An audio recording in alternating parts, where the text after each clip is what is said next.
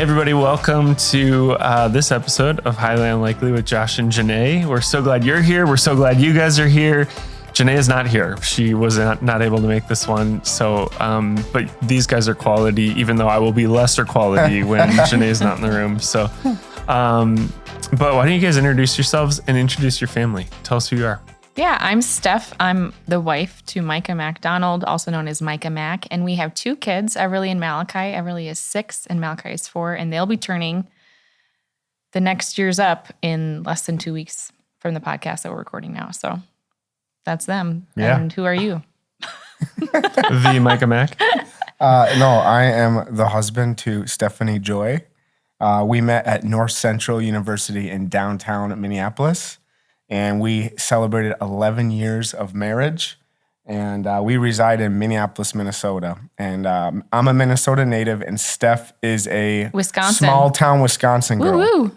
And so she Go Pack, go. Yep. What's the small town? Give a shout out. I mean, Chippewa Falls, Wisconsin. All right. I went to school in Cadott, which is very small, but yes, Chippewa Falls. Yeah.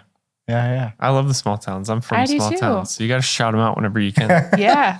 All right. So we have a tradition. We draw from the dish to break the ice. So what people don't know is we break the ice before we ever turn the microphones on. But for the sake of the podcast, we're going to break the ice. And so what is your favorite holiday tradition? Oh, man. I will go first. I usually don't go first. I told you guys I You never go go first. first. You go first. But we make monkey bread on Christmas morning. And it's just like, we don't usually chow down on monkey bread, but that's the first one that comes to mind because like everybody looks forward to it. It smells great. Yes. It smells like That's Christmas. awesome. Yes. With a hot cup of coffee. Yeah. Steph, what you don't know about Steph is a really big sweet person. She has a massive sweet tooth. Yeah. But here's the deal. If she's going to have something sweet, she has to have a cup of warm coffee. Black hot coffee usually. coffee to go with the sweet. A little bit of The bitter, black a coffee, little bit of that sweet. bitter accents with the sweet. I would say, can I say my favorite tradition? And then if there's one different, can you say it? Yes. Okay. My favorite tradition, I look forward to this every year.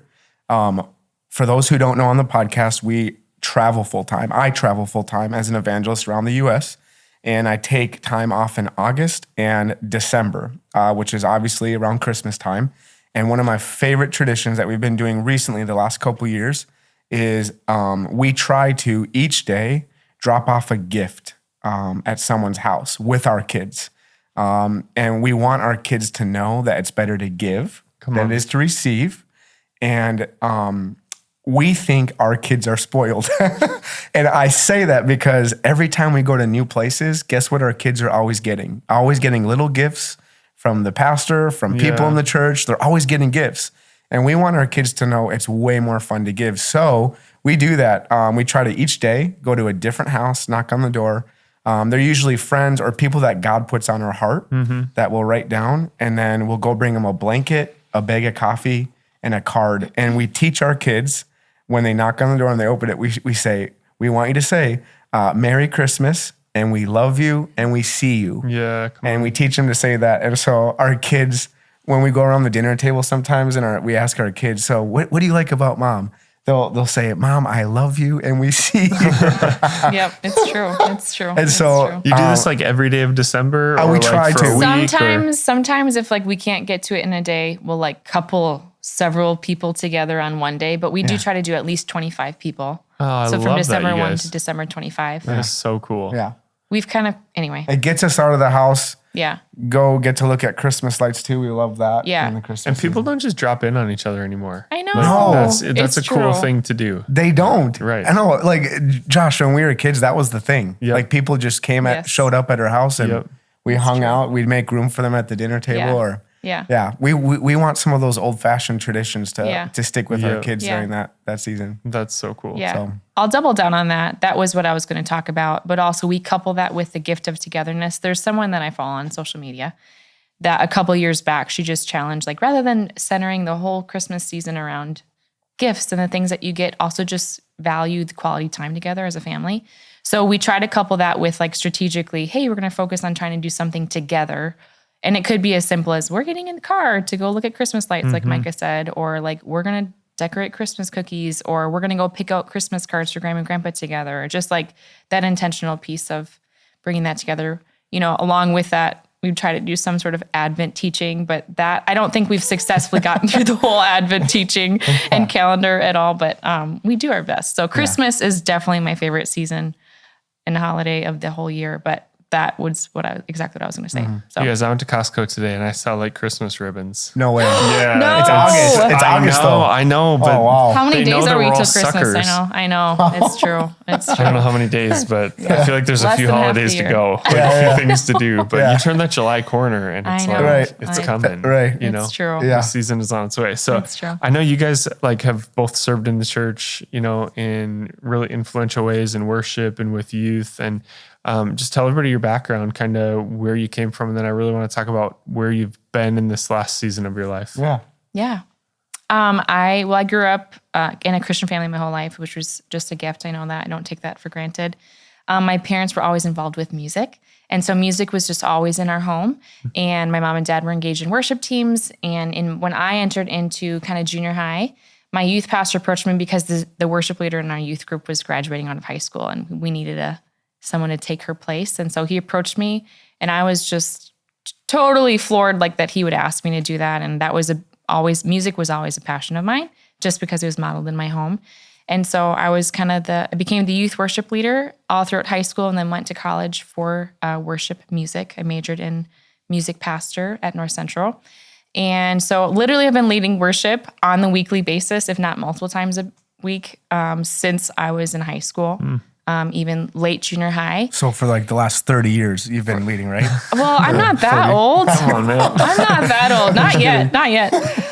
But it's like a huge way of how I engage with people and engage with God was through worship music. And so I went from, actually when I was in college, I got to be on staff at a church, our home church, Cedar Valley, which is where Micah grew up, going and became a youth pastor shortly after I did, and served as the youth worship leader as well as kids, and then kind of an associate worship leader there as well. And then from there, which we'll talk about transition, I think they're at pretty soon here on the podcast, but stepped down from there and then actually became like the worship director at a different church, which is locally, and it's most recently known as Zoe Church. Yeah. And so I was on staff until just this past February, where I served as the worship director there and learned a lot along the way. Still love it, still a heartbeat, but just recently transitioned because it was the needs of our family for me to just be home more. So still have a heartbeat for worship, but I've been navigating what does it look like to engage with other people and to engage with God when worship isn't as active in my life, but it's still a beautiful journey and I still love music. So Yeah.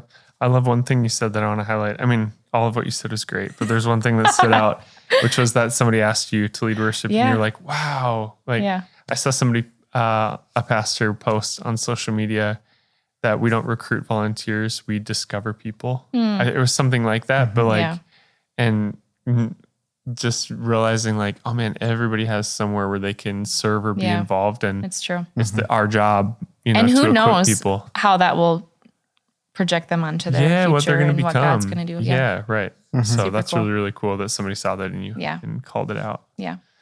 I know I'm biased, but Steph has a real gifting and anointing for just restorative worship, altar ministry. I know her heart is one of just giving praise to God. It's actually shaped me as a leader. I love worship songs that emphasize praise to Him, worship to Him. Worship culture comes in waves. It goes in different shapes over the years. And, there can be this propensity of even me, how I'm feeling in our worship. And I just love Steph's heart of like, no, worship unto God. Let's give Him praise. Let's lift up His name. And I don't know, that's shaped me even as a traveling minister. I am a product of the local church. I come from a broken family, a broken home, and it was the youth group. It was the local church that took me under my wing. I graduated from high school, not sure what I wanted to do. I just knew I loved Jesus and I love people. I love serving. So I served as a youth leader and then ended up serving as a youth intern. And then I felt called to maybe go on the mission field. And before I went on the mission field, I needed to quit my job, and my mom said, don't quit your job. And that was a whole ordeal. And then I got a phone call from my lead pastor, and he said, hey, we see a call of God on your life. We want to pay for all of your college. Where do you want to go to school? And I was blown away. I was like, you want to pay for all of my school? And I want to go into missions, but like, God, you're opening this door for school. What's going on? And I ended up at North Central University that fall. And he said, when you graduate from school, we'll help you go wherever you feel like God's calling you to go. And I remember God, in a personal moment, just journaling, felt like God just say, stay at church, serve. When you graduate, don't go anywhere else, just serve. And they're going to ask you to be hired. And so I wrote that in my journal. I'm like, well, we'll see if this is God. So for about a year and a half after college, I still served as an intern. I remember my lead pastor after college saying, where do you want to go? What do you want to do? I said, Pastor, I feel called to serve right here. And I'm going to work my jobs for income, but I'm going to serve. And pastor said, okay, sounds good. And I had opportunities. I had other pastors call for me to come be their youth pastor, but I just knew, stay and serve. So I served. And then the week of our wedding, my lead pastor took me out to Culver's and said, hey, we want to offer you a full-time position to come join our youth team. We've watched you over the years. And I ended up being there for 5 to 6 years as the lead youth pastor. And then we felt a nudge of God telling us to take a step of faith and go and be on the road full-time traveling as an evangelist. However, my lead pastor, he heard me preach one Sunday morning. The first Sunday morning he ever let me preach, which, by the way, if you're listening and you're a young leader and your lead pastor asks you to preach a Sunday morning, don't screw it up. I'm telling you, you are literally staying up all night Saturday night and you're sweating. You can't sleep. And then you get in the pulpit and you feel the weight that your lead pastor carries every single week. But I remember after I got done preaching, he came into my office on Monday, very next day, and he said, if anyone ever asks you to preach outside of our church, say yes. And I'm like, are you firing me? Do you not want me to be your youth pastor anymore? Did I blow it? He goes, no, you hit a home run and just say yes if anyone asks. I said, well, what about youth? You hired me to do youth. He goes, we'll take care of youth. You just say yes. And for the next 3 years youth pastoring there, I said yes to any opportunity, whether it was an FCA group with 10 kids in the room or whatever. And I realize now, what I didn't know back then was my lead pastor saw a gift for preaching. And he saw me one day outside traveling and preaching. I didn't. I just love the church. I love Jesus. I love people. It's very simple to me. And so I started saying yes. So as a youth pastor, I started traveling more and more and more and more. And then it came to a point in time where it was like, okay, God was saying, go. So that meant leaving full-time salary, benefits, and going down to $0. Well, $0 guaranteed. Yes. We knew we had to work. Yeah. So I picked up a moving job at a moving company and then did that for about 6 months to 9 months. And just ever since then been traveling. It's been 6 years now that we've been traveling full time, coming up on 7. I think it's coming up on 7. That we've been 2017. 2017. So you guys had a baby right around this decision too, right? Yeah. Mortgage, so we baby. had just had a baby in 2016. I stepped down from my job. Palm Sunday was my last Sunday in 2017. And then Micah was done in that following September. So we had a 1-year-old.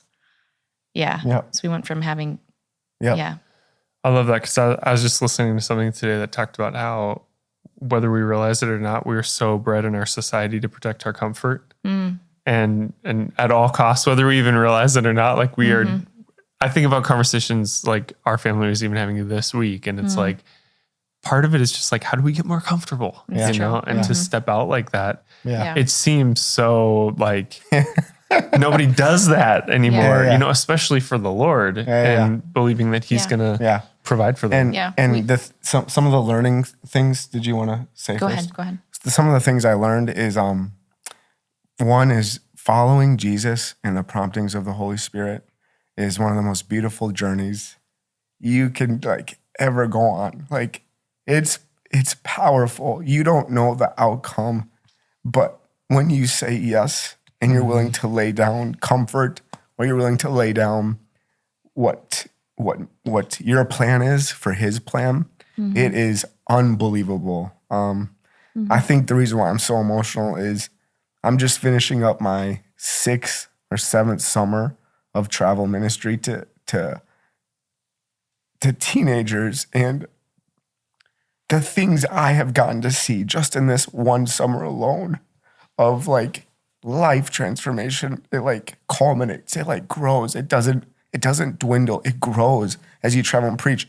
You see faces, you see stories, you see things that like are out of the book of Acts. Like you see these things, and it can be easy to take it for granted, but when you actually stop and just think about what God has graced us to see, it is unbelievable. And then it's like unique because we don't like travel and like market our ministry, and like we don't call lead pastors and are like, hey, can we come speak? Or we don't do that. We just pray and we fast and we ask God to open every door of opportunity for our ministry. So in the last 6 years, I haven't called one person saying, hey, can you please let me speak at that? And it's been cool because wherever we go and minister, we know God brought us there. And so when we step into minister, we know it's like this, God's going to show up. God's going to do this. And it's been really beautiful. It's been really cool to see. And just, I'll give you a scope, a picture of how wild this is. But like in March this last year, I'm speaking in a room full of like 10 to 11,000 people in one room. The stage is in the center of the room and everyone is around me in a circle. And that was awesome. Like it was a core memory. I have it lodged forever.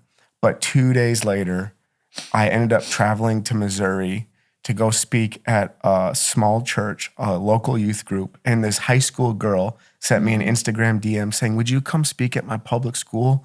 We're looking for a speaker for this.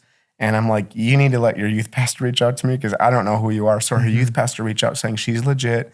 Well, the public school couldn't do it, but she invited like 40 of her high school friends to show up to her local youth group. So 42 kids were in the room. Like 20 kids gave their life to Jesus that night. And that is the scope. That's what I'm trying to tell you. Like numbers don't matter to us. People matter. And like, it was just as honoring to go to that room of small youth group, local church youth group room of 42 kids as it was the room with 10,000 kids, you know? And I think that's what's unique, but also amazing about getting to do what we get to do. And so the next leg for us is going to be who we raise up. It's no longer where we're preaching. It's no longer where we're getting invited. It's still fun to be asked, but I can't wait to raise up more. God gave us pastors, apostles, teachers, evangelists, prophets to do the work of the ministry. So let's keep raising up the office of the evangelist. Let's keep teaching high school kids, college kids, and even the me's, the youth pastors who are sitting there saying, I feel like God might be calling me to this. So we have a passion of doing it the right way. We have a passion of honoring the church, honoring whoever's bringing us in. And then we have a passion to see others do it the same way because someone trained us and taught us how to do it. So let me back up a second. I have so many questions.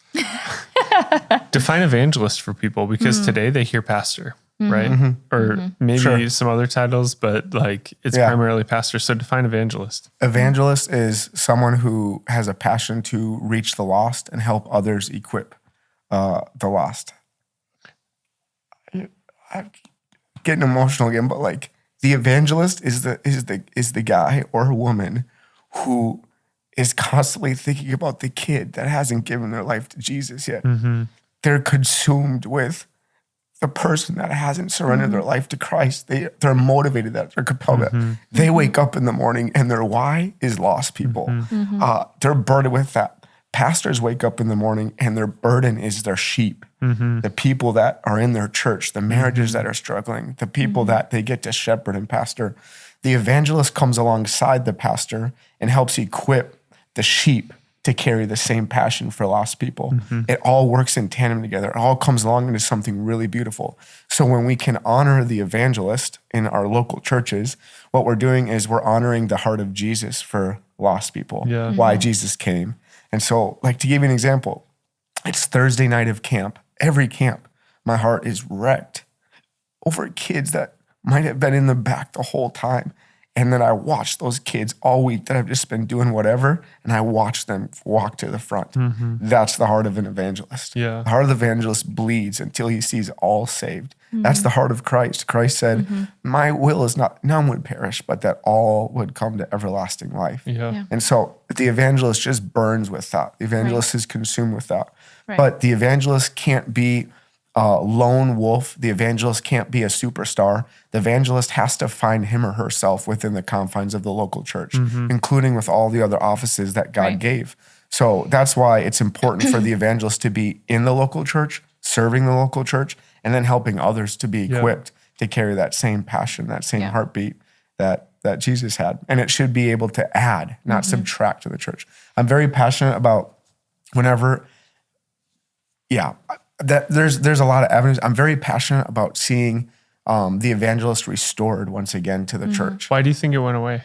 A couple of reasons. One was methods and models of the church. So Josh, when we were kids, we did Sunday night services, and then we would do often Monday night revivals, Tuesday night revivals, Wednesday night revivals. The evangelist would leave Thursday, and then sometimes we do weekend things. My point is the church models back then made a way for the evangelist to be front and center quite a bit.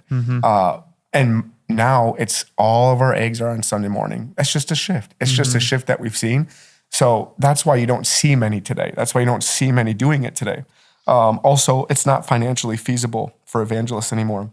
Talked to one guy who trained me and just said, I traveled every weekend and we emptied our savings as a family. And that was me gone every weekend. So it's not financially feasible. The methods of the overall church has somewhat shifted. And also, I've heard of really bad experiences with evangelists that have hurt anybody wanting to bring anyone else in. Yeah. And my heart is, man, I pray when we come minister in a church that lead pastors are saying, like, this is one praise report. A lead pastor said, I close my doors to any outside speaker because of a bad experience I had. He said, you literally opened my mind to bringing someone else again in the future. He goes, thank you. Yeah. That is a win. Yeah. Because now a lead pastor is saying, he did it. Essentially, he's saying, you did it the right way. Yeah. And so I have a passion to do the same because hopefully if there's if me or other evangelists like me can do a great job in serving the local church, then it creates opportunities for other evangelists to come in and do the same, hopefully. So Yeah. I'm going to state the obvious. An evangelist's heart doesn't start with a microphone, though, either, right? Correct. So, like, I think back to before Micah was even a youth pastor, there's many stories. Micah, I would say, houses the office of an evangelist. I would say probably I have a different office. I support him as being married to him, but countless stories. We don't need to go into them. I don't need to like toot his own horn, but just of his heart breaking for lost people. And so it didn't start with like, hey, I have the microphone now and I'm going to tell people about Jesus. No, he was like, there's a story. It's okay. Hopefully it's okay. I'm sharing. He went into a bar because he had some buddies that used to work at Best Buy with him, and he knew they were all at the bars, and he went in and like just felt compelled by the Holy Spirit to go share the gospel with these guys. We're at the bar, and there was testimonies of guys just coming up to him and saying, that's exactly what I needed to hear tonight.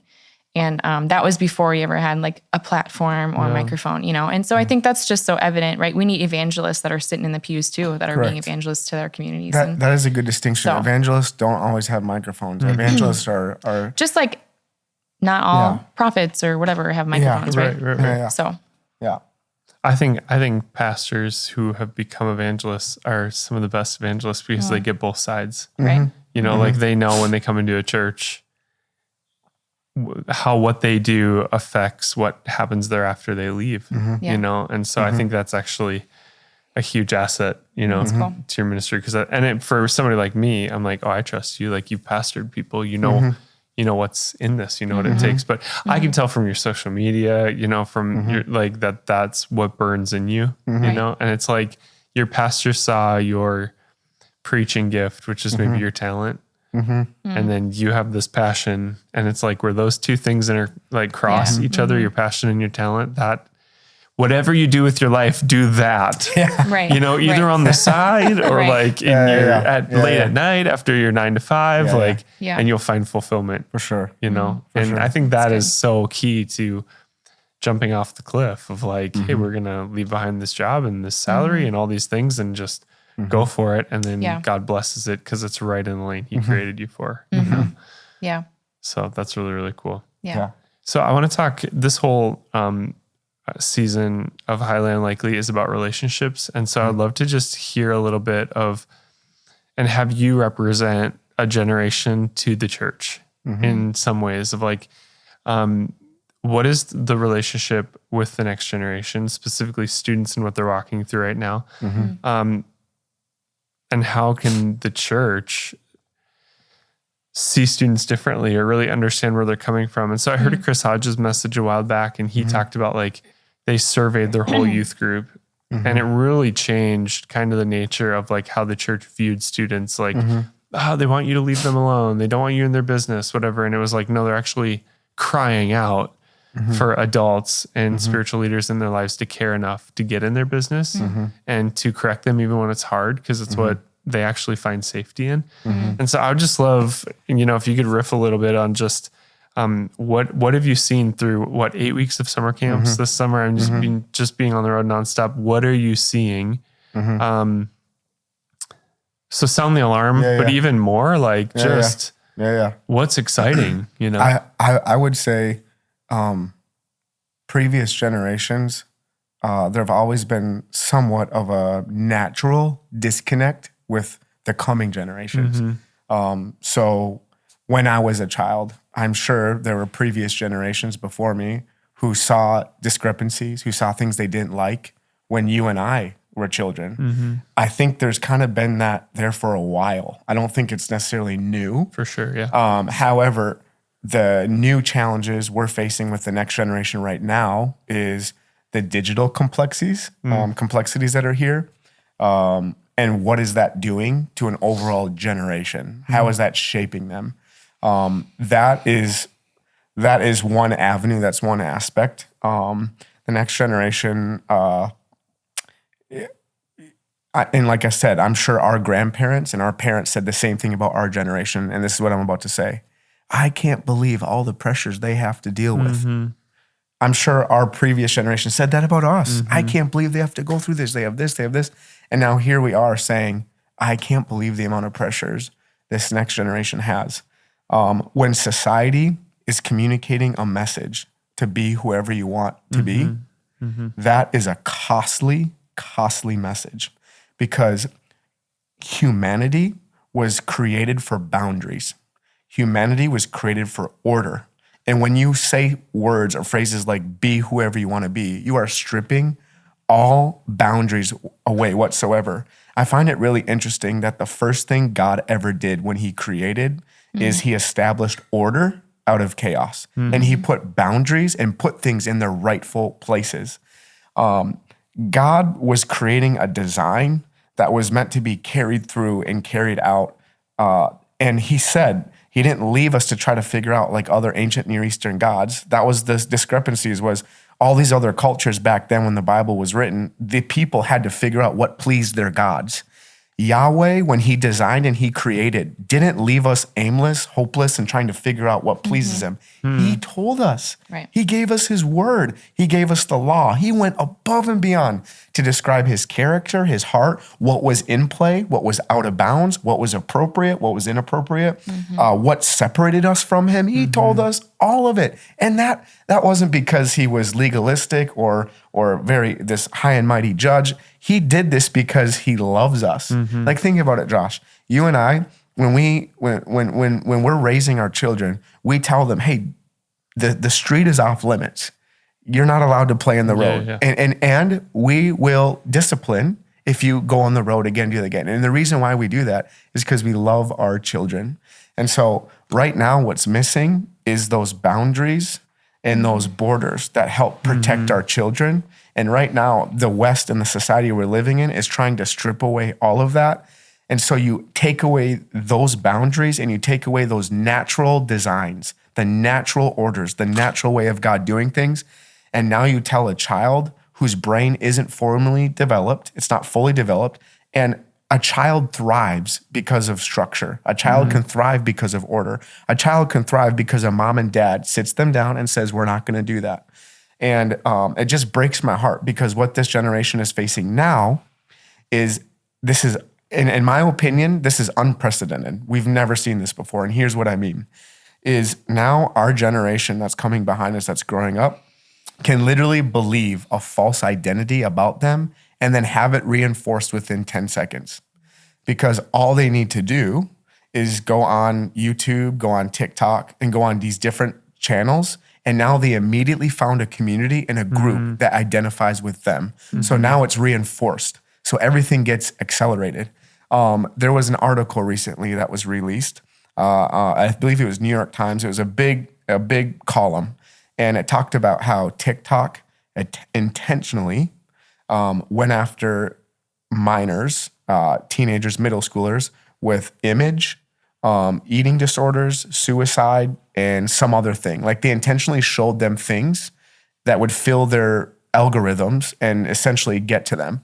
My point is what's unprecedented about what we're facing in this generation is what they're getting access to and the age that they're getting access to it. That's what's unprecedented. The hope of the world and the hope of this coming generation is the pure, unfiltered gospel. Jesus. I'm not kidding. In the last couple of years, especially since COVID, when COVID hit, I am watching hundreds, thousands of teenagers run from their seats, unashamed, run for their seats to go after Jesus. It's like water that hits dry ground. It's like everything else has been chaos. Everything else has been weird. But this is it. And that's what gives me so much hope among the next generation is the gospel. What's it going to take? It's going to take mom and dad who live it out. Notice how I didn't say it's going to take Pastor Josh preaching better. It's going to take our youth pastors being better.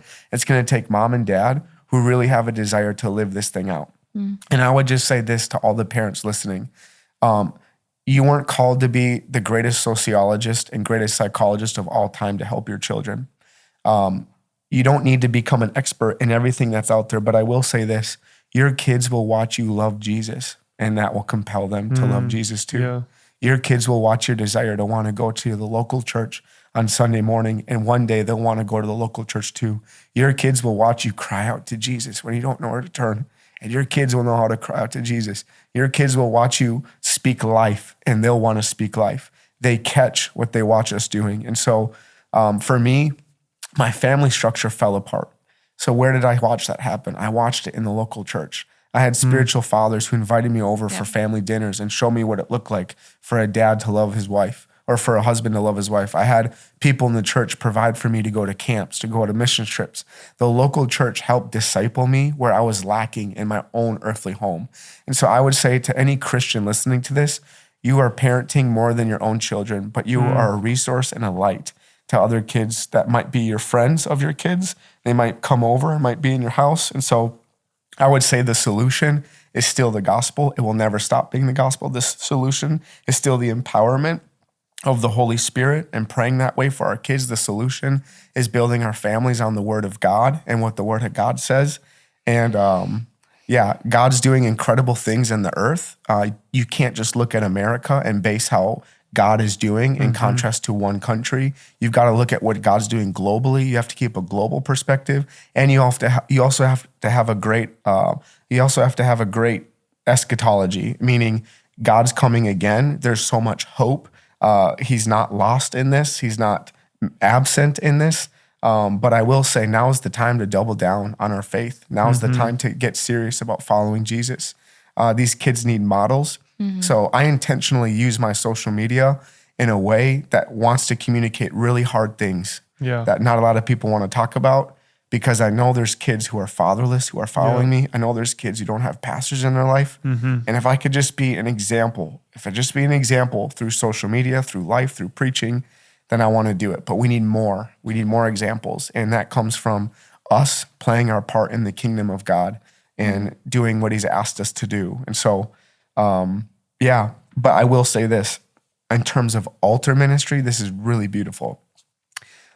In terms of what I'm seeing in kids responding to the gospel, I'm watching Jesus meet this generation where they're at. So they're really anxiety filled, right? Well, in the altars, I'm watching some of the most peaceful, peaceful altar times I've ever seen. Yeah. A DYD, it's a name for a district youth director. He came up to me, he goes, I've never walked at the end of a service and felt that much peace in a whole room. Like the Holy Spirit is meeting these kids in America how they need to be met. Yep. And it's just powerful. It's really beautiful to see. Whereas when we grew up, we may have heard a lot of screaming or dancing and a lot of shouting or maybe a lot of hype and different things going like that. In this generation, it's like real, it's raw, it's authentic, it's powerful, it's peaceful. It's really beautiful to see. Yeah.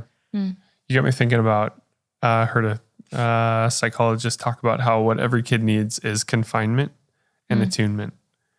Like, here's the boundaries. Yep. And by the way, I see you and I love you and I care about you. And I mean, even Jesus, like hearing from his Father, this is my son whom I love, with whom I'm well pleased. And my practice with my son, like almost every night is, and it's amazing actually to watch his reaction at 7 years old. He's like, Avery, you know, you're my boy, right? Yeah, Dad. You know, and I love you, and I'm pleased with who you are. Like I'm, you know, and just the impact that has. Huge. But just realizing a whole generation who hasn't had maybe attunement. Like not to knock on mom and dad's, but we noticed a difference in our house when like we put our phones down. Yep. You know, and realizing like, oh, kids are acting out at times because our faces are buried in a screen. You know, and we're not attuned to what's going on, or not asking about what they're dealing with, and even with a 7-year-old, how you have to pry a little bit to figure out, who said what to you at school that changed how you're behaving tonight? Like, and getting attuned, and it's work, you know, but then also that confinement, that willingness to like embrace the difficult conversations and say, no, here's what we believe is right. Here's what we believe is true. Or here's the rules for you. And I know you're going to kick at them because that's what you're a kid, you know, but you're over the long game going to find relief by having had confinement, you know, so I love that you're talking about doing that for a whole generation of kids. I mean, we've had 2 or 3 people live in our house with us because they came from broken families, and we thought we can expedite their healing by allowing them to watch our lives Beautiful. up close, you know. And what about a church like that that says, hey, there's some young adults or, you know, somebody, and I'm just we've just totally, we've gone after foster families. Like, let's be the fostering church in our community to model that for people, you know? So I think it's beautiful. It's awesome. I've seen some of what you're experiencing too, where the altar calls just feel different, or even how people respond to messages where they're just thinking and letting it like wash over them and trying not to fight against that and get a different response. So I just think that's really encouraging and really exciting. And I think we'll see the benefits of that, you know? So, anything else for like mom and dad, you know, talking about the relationship with the next generation, just practical things that you're seeing that would help them with their, maybe it deals with their cell phone or social media or just things they can do practically. I'll just share from students that I get to help disciple and raise up, where very rarely do I hear this, but I hear it from these kids. They say, man, I'm so thankful for my mom and dad. I'm like, are you a normal kid? These are 17-year-old boys, 18, 17-year-old boys, high school boys. Man, I just love my mom and dad. I just love them so much. I'm just so thankful for my family. I'm like, are you a normal kid? Like, who are you right now? And hearing those 2 high school boys say that, it's like, I want my 2 kids to say, man, I just love my mom and dad. And I asked these 2 boys, I said, what do they do? What do they do? Why are you saying this about them? And one of their first responses was how safe they feel. I think we all screw up. We all sin.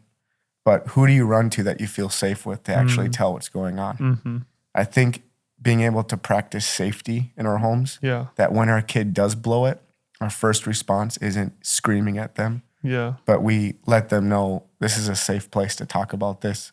And just creating that environment. The other thing I would say is not being afraid to just have some of those real honest conversations of saying, hey, talk to me about this, or what do you think about this? Both these high school boys, they go to their parents, and one high school boy said something that really like challenged me is when my dad told me, he goes, hey buddy, even if you never follow Jesus, I'm going to love you so much. And that like set this kid free. His parents go to church every Sunday, but he said when he heard his dad say that, it wasn't based on church attendance. It wasn't based on any of those other things. It was a love of a parent just for his kid, you know? Yeah. I think that attunement, like you talked about, of just telling your child how much you love them, how proud you are of them, is key. Yeah. Is there anything that comes to mind for you? No, I just keep thinking, being at camp, I got to join Micah for 2 weeks of camp this summer. And being at camp, one of the camps was a highly, highly churched group of kids. They grew up in like families, they've attended church their whole life. And there was this sense of, I think, more security that I saw modeled in them. And so I just think, I keep coming back to, God, help us to be willing to be uncomfortable enough to let someone that needs to have, as some people say, a spiritual father or mother, like let me be them to that. Or be that to them. That, yes, thank you. Yeah. And so I guess that's what I just keep coming back to. And I've been, challenged, like, how do I practically live that out? Having children of my own, how do I also model being someone that would take someone in? What kind of commitment does that look like? And just really wrestling with the Lord with that and saying, here I am, like, as you talked about. So I think that's what I keep coming back to, is that we just need people that love Jesus, that are willing to step in for someone that needs that. A friend of mine, Brooke, she's just, I learned from her because she just models this so well. She's just built some bridges with some churches that are in a very different culture setting than she's in. And she's been able to be like a camp counselor consecutively years at Lake Geneva. I said that wrong. It's fine. You know what I'm saying?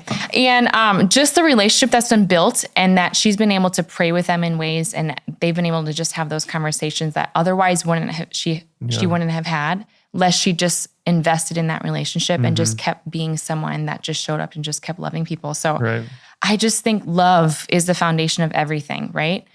God, help us to love people well, whether our kids or the kids of others that need parents too. Yeah, and it's not always inviting them maybe into your home like I talked about, but the Apostle Paul said, we loved you so much that we shared not only the gospel with you, but our very lives. Yeah. And just like taking time for people and for students. And I would say one last key thing is when we have blown it as parents, we have come back to our kids and we've apologized to them. That's so good, sorry. And what that is doing is that's reinforcing safety, and it's because they probably sensed something was off with us too. So it affirms that discernment in them, but also it creates an example for them to do the same someday. And they're 4 and they're 6 and not doing that right now necessarily, but that once again just reinforces we want health in our home. So when we're wrong, because we're going to get it wrong, when we've blown it, we will come to you and we'll make sure to say sorry and amend that. And just acknowledge, like, we get it wrong too, but we're also trying to do our best to follow Jesus, and Jesus helps us love other people. Well, and that's part of like the challenge to grow is I don't want to go back to my kid and apologize for the next 10 years for the same behavior. Exactly. Like I want to grow too. Exactly. Yeah. The last thing I'll say on this is this just stood out to me, and it was a new revelation. There was a buddy of mine, he's really crazy, he's outgoing, and he's around a group of friends, and they all looked at him and they said, you must have been the druggy kid. You must have been the kid that was all into drugs. He goes, actually, no, didn't do one drug in my life. Well, you must have been the drinker. You must have drank about. No, I didn't drink once in my life. And they go, what do you mean? Why are you like this then? And he goes, I saw my dad at home live out his faith. And it was so real to him that I never wanted to, I didn't want to mess around with sin because I didn't want to hurt my dad. And I got this new perspective. When I think of the fear of God, I don't view it as like, he's going to judge me, he's going to smite me. I view it as I don't want to hurt my father. Like, you see he just saw the example his dad set, that he didn't want to have to pain his own father to tell him what he did or went wrong. And I just think, I just look at that and I'm like, that's it. That's it. It's the best of our ability following Christ. His grace is sufficient in our weakness. But isn't that true for our relationship with Jesus? I don't want to do anything that offends him. That's why scripture says, search me, O God. See if there's any sin, any offensive way in me. It's like that heart of God, fine, show me. I don't want to hurt, And so, thought that stood out to me in terms of just the family dynamic, but also our relationship with Jesus. Well, that's why it has to be love, right? It can't just be behavior modification to be a good Christian. You know, it has to come from that heart of like, I love my father and I don't want to hurt him. You know? I want to honor him in what I do. Yeah. That's really cool. Last question, and it's a good one, I think. But what do you think the primary question that the next generation is asking right now is? Do they love me? I was going to say the same thing. Does anybody love me? Does anybody love me? Every Tuesday night at camp, I do a freedom and deliverance type night. And everything I do at camps are very intentional because what I do in the altars, I want it to be a normal practice when they go home in their youth groups. So what I do is I have kids write down on a sheet of paper every piece of garbage in their life. It's a message on forgiveness that I do for them. And then they go to an adult leader and they hand it to the leader, and the leader reads every piece of stuff on the list. And every camp, everywhere I go, leaders start crying and they go, I didn't know this. I didn't know this. I didn't know this. And one of the common things in there on these kids' sheets is they don't feel like they can forgive themselves. They don't feel like they're worthy of love and they can forgive themselves. And you would think like anxiety would be the number one or like these other issues. And it's just things that they feel like. And what does that come down to? It's asking the question, am I loved? Yeah. Because when you know the love of grace and how high, how deep, and how wide it is, that question gets answered. And that sense that you carry that you can't be forgiven, or them wrestling with that, it's like, no, I am forgiven. I know who I am, you know? Yeah, I mean, I just think of like the real kind of love, not like the like, you know, let's hook up and maybe see around, but like the love that will withstand and persevere and endure and be patient and be kind and deny self on behalf of loving you, you know? And so, which is Jesus, right? So we all try to do our best to love kids well, but that was exactly the question. One of the most powerful core memory for me was my college pastor. I sat down on his couch and he put his arm around me and he said, I want you to know there's nothing you can ever tell me or do that will make you love me, make me love you any less than I do right now. But I knew he meant it. Yeah. You know? And because it's matched with action. Yeah. It's not just empty words, it's actions. Right. It's his presence in your life. And yeah, it's really cool. Yeah. Well, thank you guys for what you've committed your lives to. And I mean, we have a bit of an evangelist on staff here in Pastor Kyle, you know, and when he came on our team, I just said, I want you to be able to go still and not just be here because there needs to be a voice of the evangelist, you know? So thank you for coming and pastoring, but I also still want you to go and be that, you know, and raise up new ones because I think it is so important, you know? And so thanks for committing your lives to it and committing to raising up more, you know? And so our church has been impacted by Nick Hall. You know, I know you guys probably know Nick and what you guys are doing. And so I love seeing that coming back into life in the church. Come on. It's really cool. Yeah. So, thanks for having us and thanks for being us. kingdom-minded, open-handed to make room for the evangelist. We appreciate it. Yeah. So. And thanks everybody who joined us for this episode. And you can look these guys up on Instagram, follow what they're doing. There's really an amazing impact being made all across the nation. And it's worth following. It's worth watching. So come on, give the Instagram handles real quick. At Pastor Micah Mac. And I'm Stephanie Joy Mac, but I'm 16, but I'm hardly on my socials. But it's because I have 2 kids to raise. But anyway, Micah will share it for me, so it'll be fine. Yeah. It's so funny. I shared on my social media about you guys coming in. I said the Max, and I like kind of forgot your last name was Mac. I mean, I knew it, but it was like in the moment. We go by the Max. All our friends call us the Max. Oh, good. The Max. Oh, that's why, because we're friends. That's why. Exactly. Cool. Thanks everybody for joining us. If you think this episode will help somebody else, or maybe a student who wants to listen to it, then feel free to share it with them, subscribe, and we'll see you next time.